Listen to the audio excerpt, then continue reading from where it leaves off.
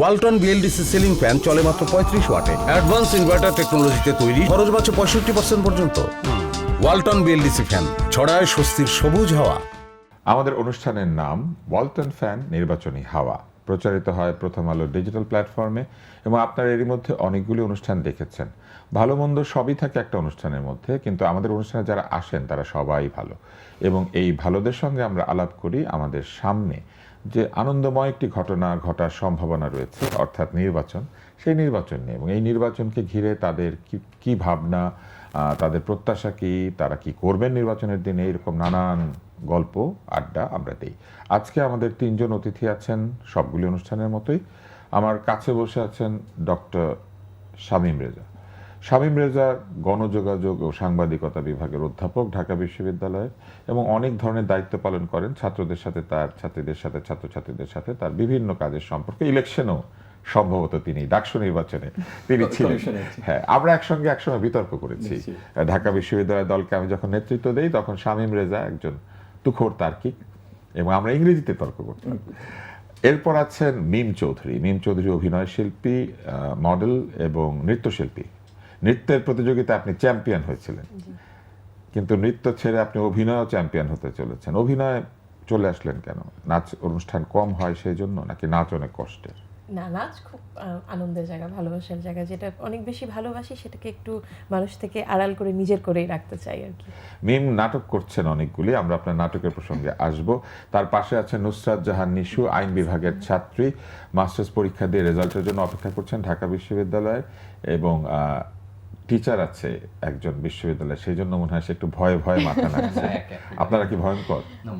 একদমই ভয়ঙ্কর না। আইনের শিক্ষার্থী, যে কোনো মুহূর্তে আইনের মাপ আছে। তো আমরা নুসরাত জাহান নিশু আপনার কাছেই যাই।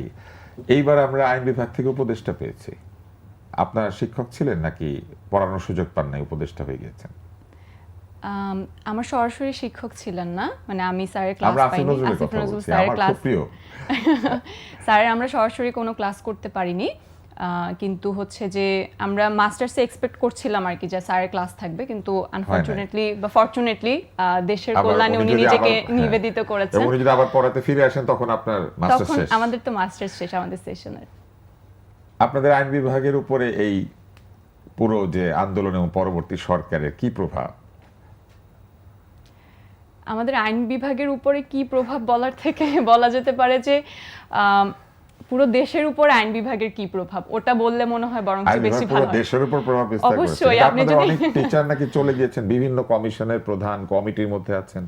চলে গিয়েছেন বলতে ওনাদেরকে ইনভাইট করে নিয়ে যাওয়া হয়েছে আসলে। তারপরে ওনারা পড়ানোর সময় পেয়েছেন এর মধ্যে? দায়িত্বরত অবস্থায় তো আসলে পড়ানোর সময় পেয়েছেন বলতে ওনারা যতটুকু সম্ভব সময় দিতে পেরেছেন ততটুকু দিয়েছেন।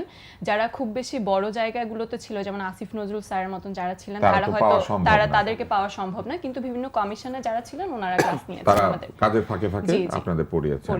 তার মানে আমরা অন্তত আগামী নির্বাচনের পরে এইটা আশা করতে পারি যে আইন বিভাগের সব শিক্ষকরা আইন বিভাগে ফিরে আসবেন এবং ছাত্রছাত্রীরা তাদেরকে আরো কাছে থেকে জানবে, এবং এই যে সরকারের অভিজ্ঞতা, কমিশনে কাজ করার অভিজ্ঞতা, এইগুলি তারা আরো ভালোভাবে ছাত্রছাত্রীদের বলতে পারবেন। নির্বাচন মানেই কিন্তু অনেক সম্ভাবনা, তার মধ্যে আইন বিভাগের সম্ভাবনা হচ্ছে অনেক আইনের শিক্ষক আবার তাদের বিভাগে ফেরত আসবেন। মিম, আপনার নাটক আছে, সেই নাটকের নাম হচ্ছে রঙ্গিলা পুতুল। জি। আচ্ছা, আরেকটা হচ্ছে কি যেন 7 কিলো 1 গ্রাম। হ্যাঁ, 7 কিলো 1 গ্রাম, এটা আসলে কি? এটা আসলে খুব মজার একটা গল্প। গল্পের উপর নির্ভর করে অনেক সময় এটাকে আমরা বলতে পারি যে জায়গা 7 কিলো 1 গ্রামের মধ্যে একটা গ্রামের বসবাস, আবার দেখা যাচ্ছে ওজন যেটা আছে 7 কিলো 1 গ্রাম, সেখানেও মানে 7 কিলো পর্যন্ত মাপা যাবে, 1 গ্রাম মাপা তো খুব সেটা কঠিন, অত্যন্ত সূক্ষ্ম নিক্তি দিয়ে মাপতে হয়।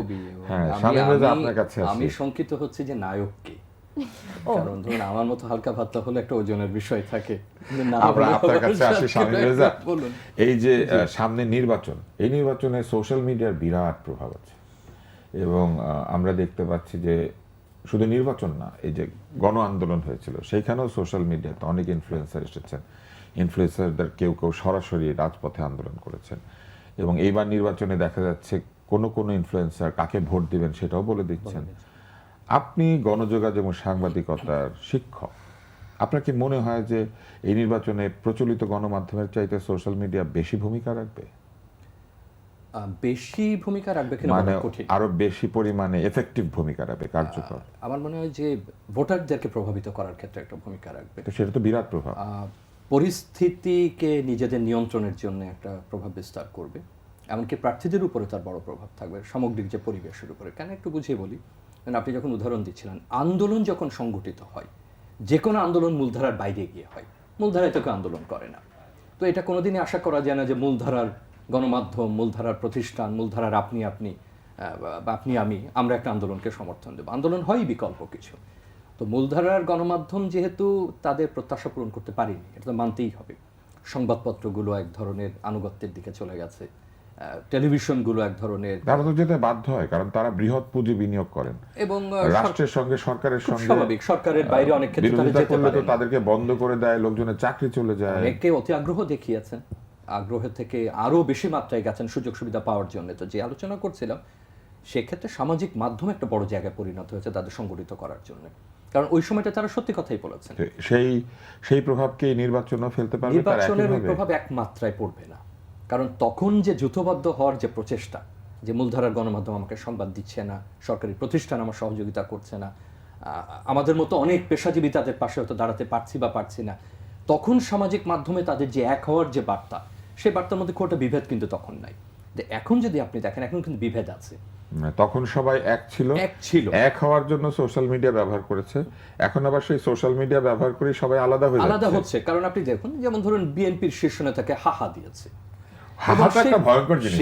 আমি একটা কৌতুকের নিচে হাহা দিলেও লোকে বলে আপনি আমাকে হাহা দিলেন কেন, সিরিয়াসলি নেন নাই?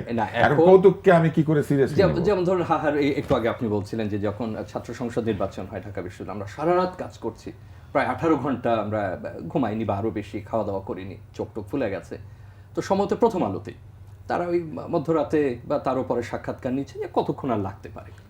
একটা ব্যাখ্যা দিলাম যে প্রযুক্তি সবকিছু মিলে।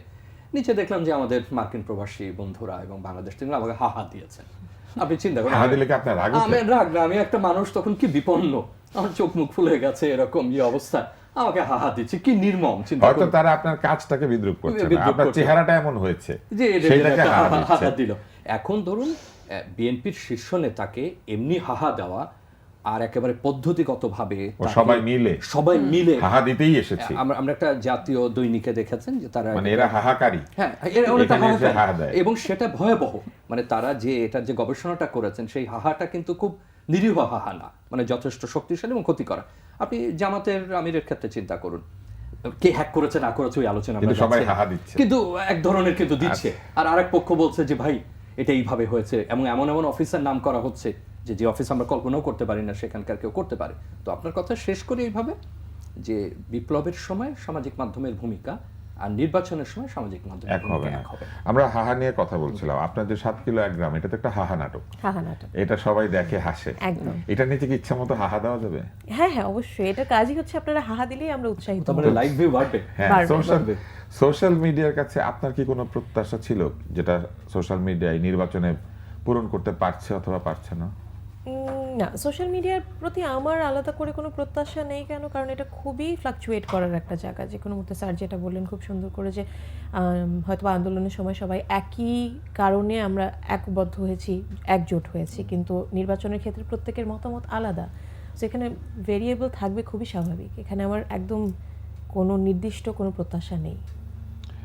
সোশ্যাল মিডিয়াতে শিল্পী হিসেবেও কি আপনার প্রত্যাশা পূর্ণ হয়? একদম না, এটা একদম আমি সরাসরি বলবো। কারণ যেটা হচ্ছে, প্রথমত আমাদের যে জায়গাটায় সবার আগে দেখতে হবে যে একটা পার্সোনাল মানুষ, সে হয়তো বা পাবলিক ফিগার, কিন্তু সেখানে যদি আপনারা অকপটু কথাবার্তা বলেন, তাদের পরিবার পরিজনের লোকজনও থাকে, অথবা ফেক প্রোফাইল ক্রিয়েট করে যে মানুষকে বিভ্রান্ত করার একটা জায়গা, এটা খুবই মানে দুঃখজনক। যখন ব্যক্তিগত আক্রমণ হয় এবং খুব বিকৃতভাবে এক একটা ছবি পোস্ট করা এক একজনকে নিয়ে, সেটা মানহানির পর্যায়ে চলে যায়। তো আমি বলবো যে যখনই আপনি পাবলিক ফিগার হচ্ছেন, সেটা নারী পুরুষ যে কোনো অ্যাসপেক্টেই হন না কেন, সেখানে সোশ্যাল মিডিয়া আমাদের প্রত্যাশা পূরণ করতে পারে। তার মানে সামাজিক মাধ্যমে যারা পাবলিক ফিগার হয়ে যান, মানুষের কাছে অনেক পরিচিত হন, তারা সামাজিক মাধ্যমে ভালনারেবল হয়ে যান। খুব তাদেরকে মানুষ এই সুযোগ নিয়ে অনেক ধরনের আক্রমণ করে বসে। জি। জীবনে কোনোদিন দেখা হবে না, কিন্তু চান্স পেলাম মানে একটা কিছু বলে দিল। হ্যাঁ, সেটা তো trolling পলিটিক্যাল খুব একটা ফিগারদের তো বিষয়। একই অবস্থা না? একদমই তাই। মানে পাবলিক ফিগার তো সেটা আমি অভিনয়ের ক্ষেত্রে হই যে হয়তো বা ক্ষেত্রে পলিটিক্যাল ফিগার হোক যেটাই হই, পাবলিক ফিগার হওয়া মানেই হচ্ছে একটা ভালনারেবল জায়গায় চলে যাওয়া। তার মানে একটা জায়গা আমরা পেলাম আপনার কাছে, সেটা হচ্ছে সোশ্যাল মিডিয়াতে নিরাপত্তার প্রত্যাশাটা আপনার পূরণ হয় না। আপনার কি হয়? না, নিরাপত্তার এই জায়গাটা একটা খুব সিরিয়াস আলোচনার বিষয়। আমরা- মূলধারা মানে গণমাধ্যম- সোশ্যাল মিডিয়াতে পাবলিক ফিগাররা গেলেই এক ধরনের ভালনারেবল হয়ে যাবে। যেমন এটা যদি খুব সহজে বলি যে মূলধারার গণমাধ্যমের সমস্যা আছে, তার বড় সমস্যা হচ্ছে পাবলিক ট্রাস্ট। সে কখনো পাবলিক ট্রাস্ট নিরূপণ করে না যে তার উপরে রাস্তা আছে কিনা জনগণের, সে তার প্রত্যাশা পূরণ করতে পারছে কিনা। কিন্তু উল্টা দিকে যদি আসেন, সামাজিক মাধ্যম একটা গণতান্ত্রিক মাধ্যম বলে আমরা ভাবতে চাই, আমরা ব্যবহার করতে চাই, আসলে সে গণতান্ত্রিক না। কারণ বাণিজ্যিক প্রতিষ্ঠানগুলো আপনার তথ্য বিক্রি করে দেয়, আপনি এটা আবিষ্কার মানে করেন না। এইখানে দুটি ধারাই আছে, একটা পপুলার ধারা, আরেকটা হচ্ছে যে বিভিন্ন ভাবে এই সোশ্যাল মিডিয়াকে প্রভাবিত করা যায় বহুভাবে। ব্যবসায়িক বিভিন্ন ব্যবসায়িকভাবে করা যায়, রাজনৈতিকভাবে আপনাকে প্রভাবিত করা যায়, বড় দেশগুলো আপনার উপর প্রভাব বিস্তার করছে, টেক কোম্পানিগুলো অনেক তার মানে ফিচার এটা তৈরি করে। একেবারে জটিল জায়গা। এটা এত গণতান্ত্রিক না। আমরা আমরা নুসরাত জাহান নিশু আপনার কাছে আসি। আপনি তো আইনের ছাত্রী, আমাদের আইন কি আসলে সোশ্যাল মিডিয়াতে আমাদের নাগরিকদেরকে যথাযথভাবে প্রতিরক্ষা দিতে পারে, বিশেষ করে তার ব্যক্তিগত গোপনীয়তা, ব্যক্তিগত বিষয়কে আক্রমণ করা অথবা ইচ্ছাকৃতভাবে তাদেরকে সামাজিক আক্রমণের শিকার করা, যেটা যে বট বাহিনী বলে? হ্যাঁ, আমাদের আইন তো আসলে আইনগুলো তৈরি করা হয় হচ্ছে যে এমনভাবে যাতে ওটার মধ্যে আসলে ফাঁক ফোকর সবসময় থেকে যাচ্ছে। যেমন আমরা হচ্ছে সাইবার সুরক্ষা অধ্যাদেশ, যেটা 2025-এ আমরা 2023-এর আইনটাকে আমাদের হচ্ছে যে অ্যামেন্ড করে করা ঠিকঠাক হলো, করলো, হ্যাঁ। সেটাও যদি আপনি দেখেন, আইনগুলো আসলে হচ্ছে পুরোটাই নির্ভর করে ইমপ্লিমেন্টেশনের উপর, যে আমি কতটা সচেতনভাবে ওই আইনটাকে ইমপ্লিমেন্ট করছি, মাঠ পর্যায়ে ঠিক কতটা কাজ করছে। এখন আমাদের এখানে যেটা হয় যে ফেক আইডিগুলোর পিছন থেকে যারা বিভিন্ন ধরনের মন্তব্য করেন বা বট আইডি আমরা বলি, এগুলো সবগুলোর পিছনে কিন্তু একজন ব্যক্তি থাকে, একটা গোষ্ঠী থাকে, তারাই কিন্তু এই কাজগুলো করে। কিন্তু আমরা যখন এই জায়গাগুলোতে মামলা করে ভুক্তভোগী বা যখন আদালতের কাছে যাচ্ছে, তখন কিন্তু একজন ভুক্তভোগীর জন্য জায়গাটা হচ্ছে আমাদের আইন অনেকটা কঠিন করে দেয়। মানে আমাদের আইনগুলো হচ্ছে যে আইন করা হচ্ছে আমাদের ভুক্তভোগীদের জন্য, কিন্তু আইনের সুবিধাটা হচ্ছে তারা আসলে পাচ্ছে না। সমস্যাটা এইখানে, ইমপ্লিমেন্টেশনের জায়গাটাতে আসলে সমস্যা আমার কাছে মনে হয়। আরেকটা জিনিস হচ্ছে যে আমি মিতু আপুর কথার সাথে একটু অ্যাড করতে চাইবো, যেটা উনি বললেন যে কেউ যদি পাবলিক ফিগার হয়ে যায় তখন সে মোর প্রোন টু ভায়োলেন্স হয়ে যাচ্ছে, বা সাইবার যে ভায়োলেন্সগুলো হচ্ছে। কিন্তু আমার কাছে মনে হয় কেউ যদি ইভেন পাবলিক ফিগারও না, আমি হচ্ছে জাস্ট আমার একটা রাজনৈতিক মতাদর্শ নিয়ে একটা বক্তব্য দিলাম, আমি হয়তো হচ্ছে যে আমার ধর্ম নিয়ে একটা বক্তব্য দিলাম, যেমন হচ্ছে যে আপনি কিছুদিন আগে এমন অনেক ঘটনা ঘটেছে যে ধর্মীয় অবমাননার কথা বলে হচ্ছে যে আমরা বাংলাদেশের বিভিন্ন জায়গায় দেখেছি যে অনেক ধরনের যারা সংখ্যাগরিষ্ঠ, উদ্দেশ্যমূলকভাবে উদ্দেশ্যমূলকভাবে ওদেরকে ব্যবহার করছে এবং সংখ্যালঘুদেরকে আক্রমণ করছে, ব্যক্তিগত শত্রুতা থাকলে তাকে আক্রমণ করছে, জমি জমা দখল করছে, যেমন মিথ্যা তথ্য ছড়িয়ে দিচ্ছে। ধর্মীয় অবমাননার ব্যাপারটা কিন্তু পুরোটা আমাদের সোশ্যাল মিডিয়াতে ইনস্টিগেট করা হচ্ছে, যে একজন এই কথাটা বলেছে, তার আইডি হ্যাক হয়েছে কি না হয়েছে সেটাও আমার দেখার বিষয় না। দলগতভাবে আমরা আমাদের আইনকে আরো সুরক্ষিত করা দরকার, সুরক্ষিত করা, এবং সেটা যখন আসলে বাস্তবায়নের দিকে যাচ্ছে তখন ওই জায়গাটাতে সচেতন হওয়া।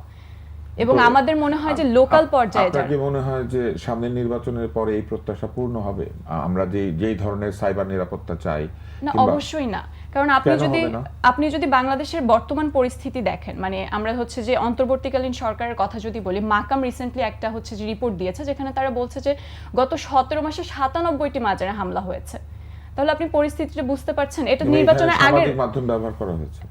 হ্যাঁ, মানে এটা হচ্ছে যে সামাজিক মাধ্যমের ইনফ্লুয়েন্স এই জায়গাগুলোতে ছিল, এবং এর মধ্যে কিছু ঘটনা স্পেসিফিক্যালি ওরা বলছে যে 10টি থেকে 13টি ঘটনায় সরাসরি ইসলামী আন্দোলন জড়িত ছিল, এবং এই জায়গাগুলো ইনস্টিগেট করা হয়, যে একটা কমন গ্রাউন্ড তৈরি করা হয়, একটা পপুলার লেজিটিমেসি কিন্তু প্রথমে তৈরি করে তারপরে আক্রমণ করা হয়। সো এই জায়গাটা একটা খুবই দলবদ্ধ সংগঠিতভাবে আসলে এই জিনিসগুলো হচ্ছে আর কি। তো আমার মনে হয় ইমপ্লিমেন্টেশনে এডিট করব। হ্যাঁ, ইসলামী আন্দোলন আবার একটা রাজনৈতিক দলের নাম, কিন্তু ওরা আবার মাজারপন্থী। হ্যাঁ, ওই শব্দটা একটা এডিট করে দিতে হবে। হ্যাঁ, একটু খেয়াল রাখেন। হ্যাঁ, আমরা এই জায়গাটা আরেকবার বলবো, বলেন যে ইসলামী বলে দাবি করা একদল লোক জড়িত ছিলেন। এটা বললেই ভাবধারা হবে। বলে। অথবা বললেই হবে যে ধর্মের নাম দিয়ে আক্রমণ করা হচ্ছে। মানে direct কোনো মানে একটা ওই দলের নাম না শব্দটা বলে একটা তো- দলের আচ্ছা, নাম আচ্ছা, হয়ে ওকে, যাচ্ছে আর ওকে। কি। প্রশ্ন হয়ে গেলে তুমি মাঝখানের ওই অংশটুকু এডিট করেও শুধু ও একটা শব্দ বাদ দিয়ে বাক্যটা দিয়ে শুরু করতে অথবা তাইলেই দুটো হবে। দুটো লাইন এডিট করে দিতে মানে আই এম পারে। ট্রাইং টু সেভ ইউ, নাহলে তোমার উপরে এসে ঝাঁপায় পড়বে। আচ্ছা, ওকে, হ্যাঁ, ওকে। এরা তো দুষ্ট। আচ্ছা, তাহলে আবার প্রশ্নটা করি। হ্যাঁ, হ্যাঁ, আবার প্রশ্নটা করলে তুমি যা বলতেছিলে ওইটাই বলবা ভাই, কিন্তু জাস্ট ওই তুমি উল্লেখ বলবা যে কোনো ধর্মের নাম উল্লেখ দিয়ে। না হ্যাঁ। করলেই হবে। তো আপনার কি মনে হয় যে এই আক্রমণের পেছনে সোশ্যাল মিডিয়ার একটা প্রভাব ছিল?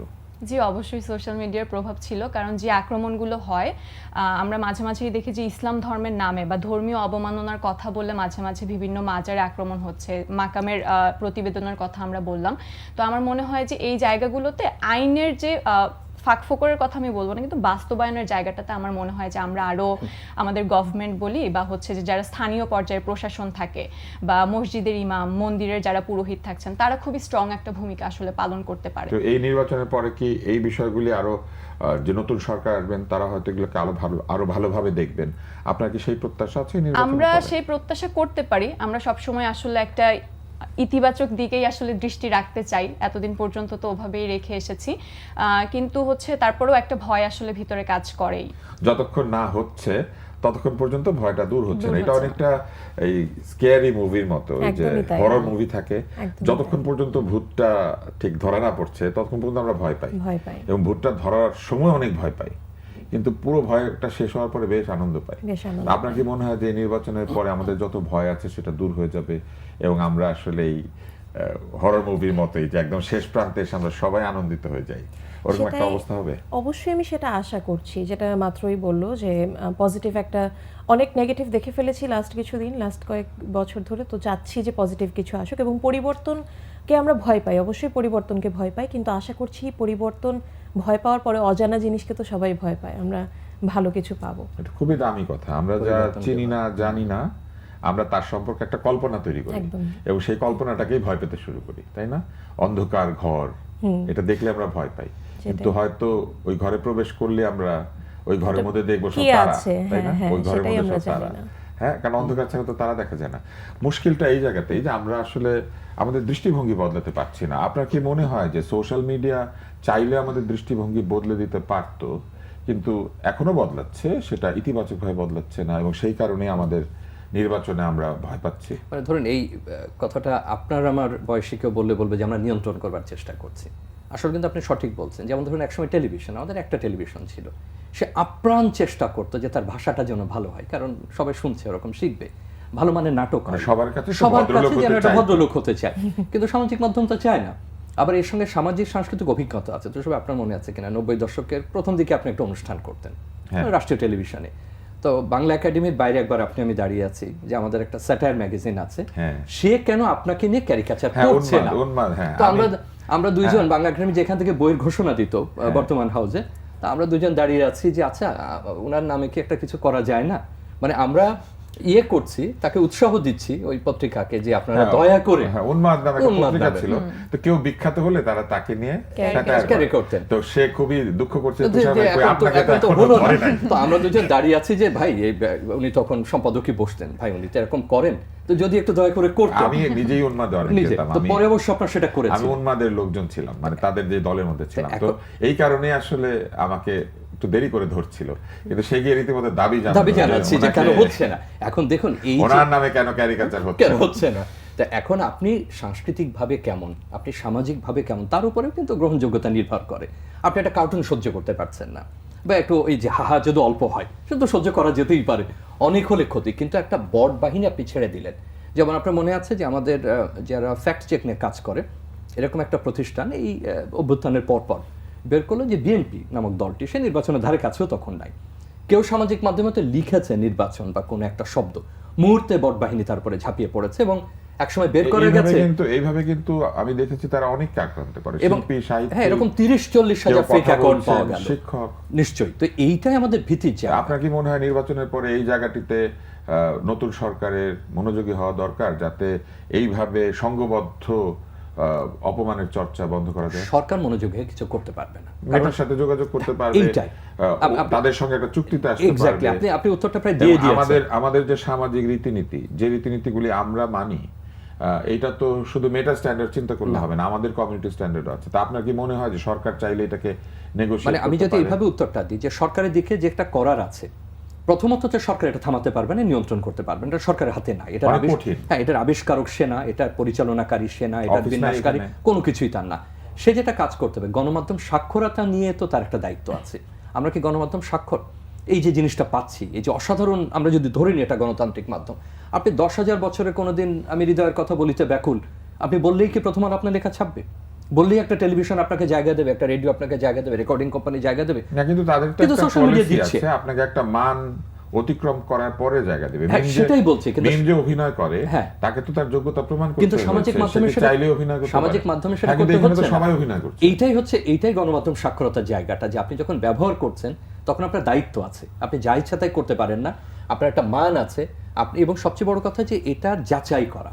আমরা কিন্তু কেউ ফ্যাক্ট চেকিং সুবিধাগুলো নিই না, আছে ঠিক আছে, সবার পক্ষে তো সম্ভব না, কিন্তু এই কথাটা আমি বলবার চেষ্টা করছিলাম যে ওখানে যেমন মান আছে, এখানে যে মান নাই, নীতি নাই, সেটা তো না। এখন সরকার যেটা করতে পারে, সে গণমাধ্যম সাক্ষরতা, ডিজিটাল সাক্ষরতাকে আরও সামনের দিকে নিয়ে যেতে পারে, কাজ করাতে পারে, তরুণদেরকে উদ্বুদ্ধ করতে পারে, প্রযুক্তিটা শেখাতে পারে, নীতি শেখাতে পারে, স্কুল কলেজে বলা যেতে পারে, আপনি আমি বলতে পারি। আর দ্বিতীয় যেটা আপনি বললেন, টেক কোম্পানিগুলোর সঙ্গে যোগাযোগ করা, চুক্তি করা। আমাদের এই মুহূর্তে প্রতিদ্বন্দ্বিতা করছেন এমন একটা দলের নেতা তরুণদের সঙ্গে সংলাপে কিন্তু বলেছেন যে তার দল যদি সরকার গঠন করে তাহলে এই প্রতিষ্ঠানগুলোর অফিস তিনি ঢাকায় আনতে চান, এই প্ল্যাটফর্মগুলো। ওই যে আপনি যেটা বললেন যে চুক্তিগুলো কি হবে, আমরা কিছু আশার আলো পেতে পারি। মিম, সোশ্যাল মিডিয়া কখনো আপনার জীবনে কোনো সুন্দর প্রভাব ফেলেছে? সুন্দর প্রভাবের জায়গাটা মানে কোনো মনে পড়ে যে সোশ্যাল মিডিয়ার এই জিনিসটা আপনাকে বেশ কয়েকদিন খুশি রেখেছিল, আপনি কোন একটা কাজ শিখেছেন অথবা কোনো কাজের এত প্রশংসা পেয়েছেন যে আপনি খুব ভালো মনে ছিলেন? সোশ্যাল মিডিয়ার যেটা বললাম যে ভালো দিকটা এতই কম, খারাপ দিকগুলো এতই বেশি যে সেটা মনে করাটাও একটু মানে কঠোর হয়ে যায়। স্যার যেটা খুব সুন্দর কথা বলেন, আমরাও আলোচনা করছিলাম যে ফ্যাক্ট চেকের জায়গাটা একদমই নেই, স্পেশালি এআই জেনারেশনের পর থেকে তো একদমই এটা খুবই ভয়ঙ্কর একটা জায়গায় চলে গেছে। ধরেন আমরা যারা শহর কেন্দ্রিক মানুষ, তারা হয়তো বা কিছুটা বুদ্ধি আছে যে আমি বিবেচনা করতে পারছি যে এটা এআই বানা। রুরাল এরিয়াতে যারা আছে তারা কিন্তু যে কোনো ধরনের কথা যেটাই হোক, নেগেটিভ পজিটিভ, সেটা কিন্তু এআই জেনারেটেড নাকি তারা দেখতে যায়। তাহলে আমরা কি ভোটারদের বলতে পারবো যে যাই দেখেন সোশ্যাল মিডিয়াতে বিশ্বাস না করে বরং খুঁজে দেখেন, যাচাই করে দেখেন কে এটা ছড়াচ্ছে, কেন ছড়াচ্ছে, কাকে অপমান করা হচ্ছে, অপমানের পেছনে কারণ কি থাকতে পারে, এই চিন্তাগুলো কিন্তু আমরা করি না, একদমই করি না। উৎসটা কোথা থেকে, এটা আদৌ ঠিক বিবেচনার জায়গাটাতেই আমরা নেই। আমরা যে নিজেরা বিবেচনা করবো যে এটা যে হচ্ছে ভালো খারাপ ঠিক না বেঠিক, একটু ভেবে দেখি, একটু খুঁজে দেখি, ওই জায়গাটা একদমই নেই।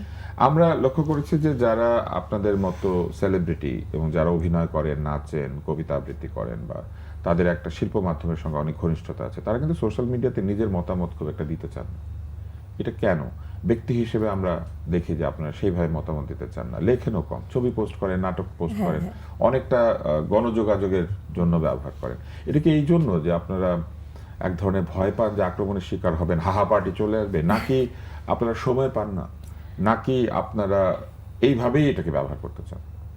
ব্যক্তিগতভাবে আমি আমারটা বলতে পারবো, বাকিদেরটা জানি না। আমি খুব স্বাভাবিকভাবেই আন্দোলনের পরে একটা কথা লিখেছিলাম যে ধর্ম যার যার, উৎসব সবার।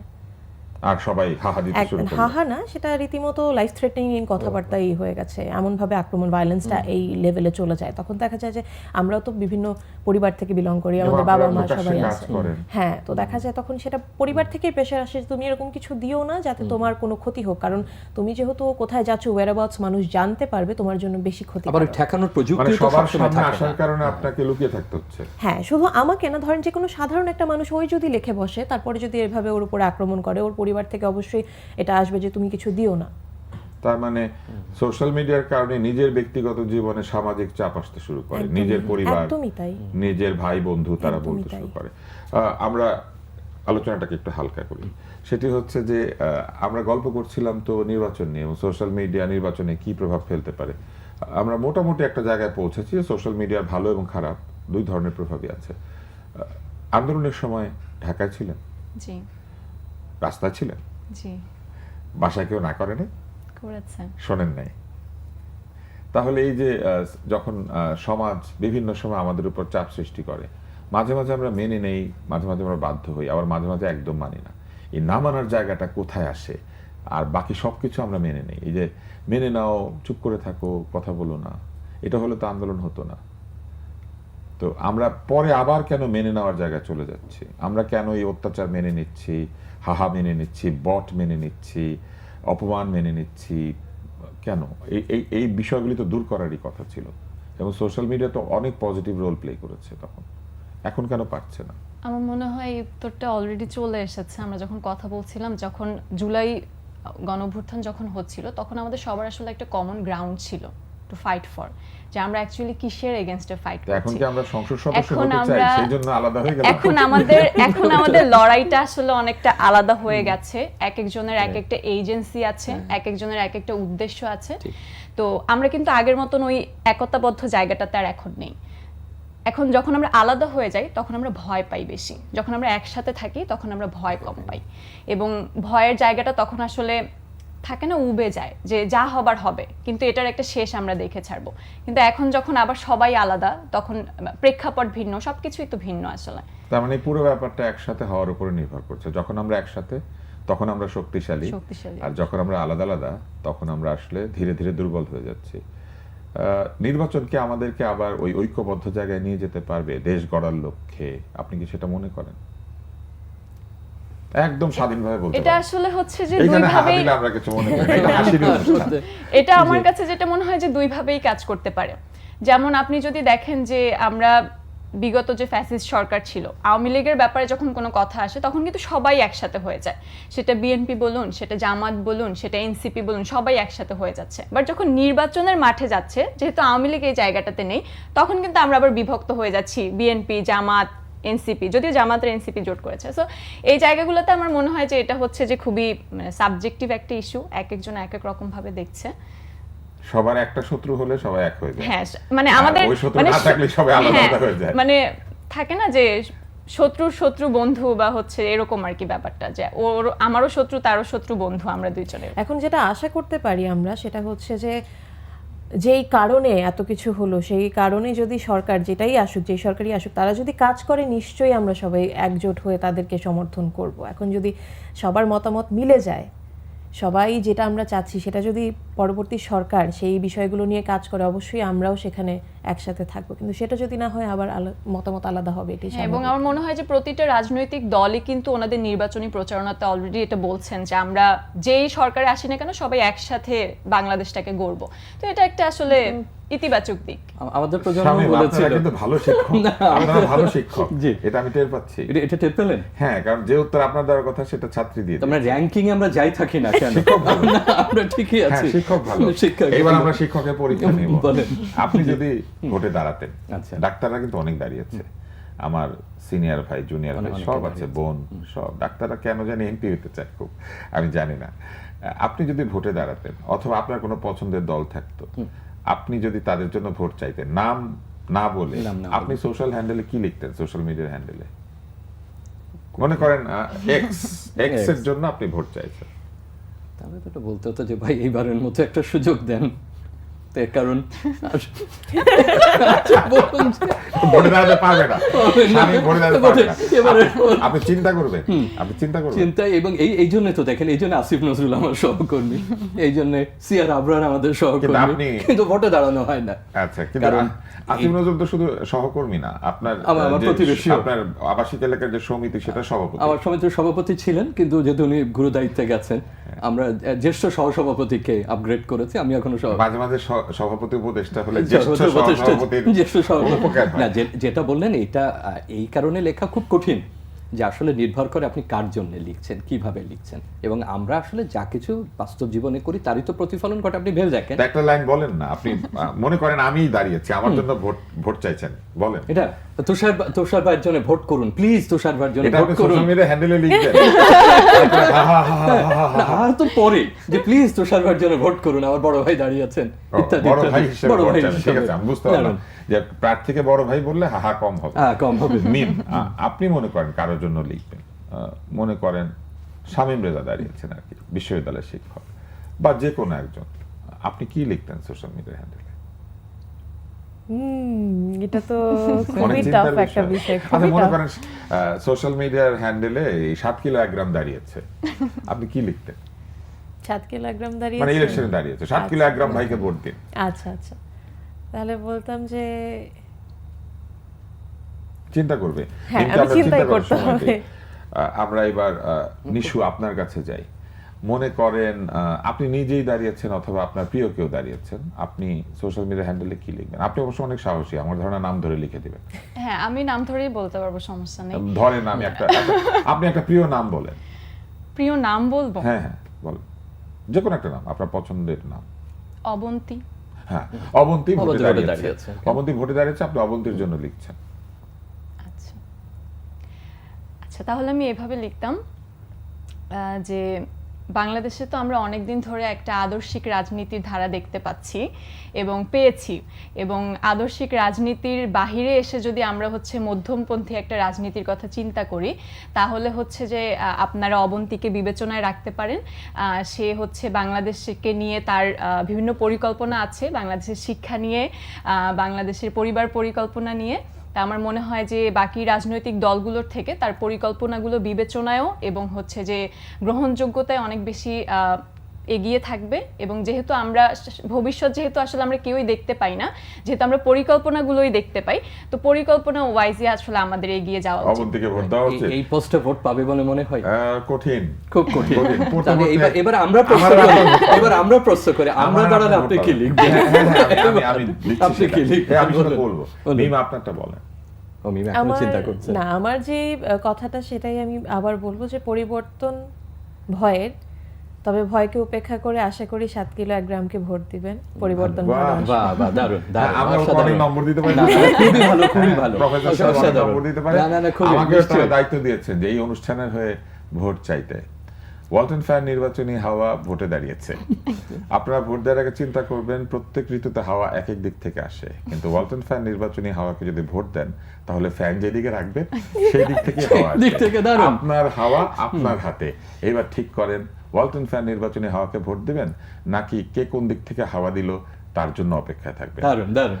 আমাদের এই অনুষ্ঠানের তরফ থেকে বিদায় নিচ্ছি। আপনাদের তিনজনকে অনেক ধন্যবাদ। আমি অনেক মজা পেয়েছি আজকে এই আড্ডাটা দিয়ে। আরেকটু এবং বড় করতে পারলে- আপনার কাল্পনিক সোশ্যাল মিডিয়া পোস্টের জন্য আমাদের তরফ থেকে ধন্যবাদ। এবং আমি এটা এখানে বসে ঠিক করেছি, আমি কিন্তু আগে থেকে অসাধারণ, করি নাই, অসাধারণ হ্যাঁ? হয়েছে। আমি কত নিশ্চয়ই। নম্বর পাবো? এটা 10-এ 12 দিতে হবে। এই টিচার আপনি মানেন? ওই 2 হচ্ছে আপনার অতিরিক্ত। এটা কিন্তু ভয়ঙ্কর কারচুপি। ভোট আছে 10টা, আপনি দিলেন 12টা। যেহেতু বেশি উত্তর দিয়ে ফেলেছে। ও, বেশি ঢাকা উত্তর দিয়েছি, বিশ্ববিদ্যালয়ের আছে, শিক্ষক কি চাই আমরা? ঢাকা বিশ্ববিদ্যালয়ের ইতিহাসেও এটা সম্ভব না, কারণ টিচার আসলে এত মার্ক দেয় না। না না, তুষারকে দিতে হবে। আমরা খুবই হাস্যোজ্জ্বল একটা অবস্থায় আজকের ওয়ালটন ফ্যান নির্বাচনী হওয়া অনুষ্ঠান থেকে বিদায় নিচ্ছি। আমাদের আরো কয়েকটি পর্ব আছে, আশা করি দেখবেন এবং নির্বাচনের দিন অবশ্যই ভোট দিতে যাবেন। এবং আজকের অনুষ্ঠানের অতিথিরা হাস্যোজ্জ্বল আনন্দময় একটা পরিবেশে বসে নির্বাচন নিয়ে আলাপ করেছে। নির্বাচনের পরের পরিবেশটাও যেন এরকম হয়, আমরা যেই জিতুক অথবা যেই হারুক আমরা যেন একসাথে বসে এরকম গল্প করতে পারি, আমরা এইরকম আড্ডা দিতে পারি। এবং এই নির্বাচনে হেরে গেলেই কি, এই নির্বাচনকে নেব আমরা সেই নির্বাচনের কাছে, অর্থাৎ পরের নির্বাচনের জন্য প্রস্তুত হতে পারি। এটাই গণতন্ত্র। আপনাদের সবাইকে ধন্যবাদ জানাই ওয়ালটন ফ্যান নির্বাচনী হাওয়ার এই পর্ব থেকে। ওয়ালটন বিএলডিসি সিলিং ফ্যান চলে মাত্র 35 ওয়াটে। অ্যাডভান্স ইনভার্টার টেকনোলজিতে তৈরি, খরচ বাঁচে 65% পর্যন্ত। ওয়ালটন বিএলডিসি ফ্যান ছড়ায় স্বস্তির সবুজ হাওয়া।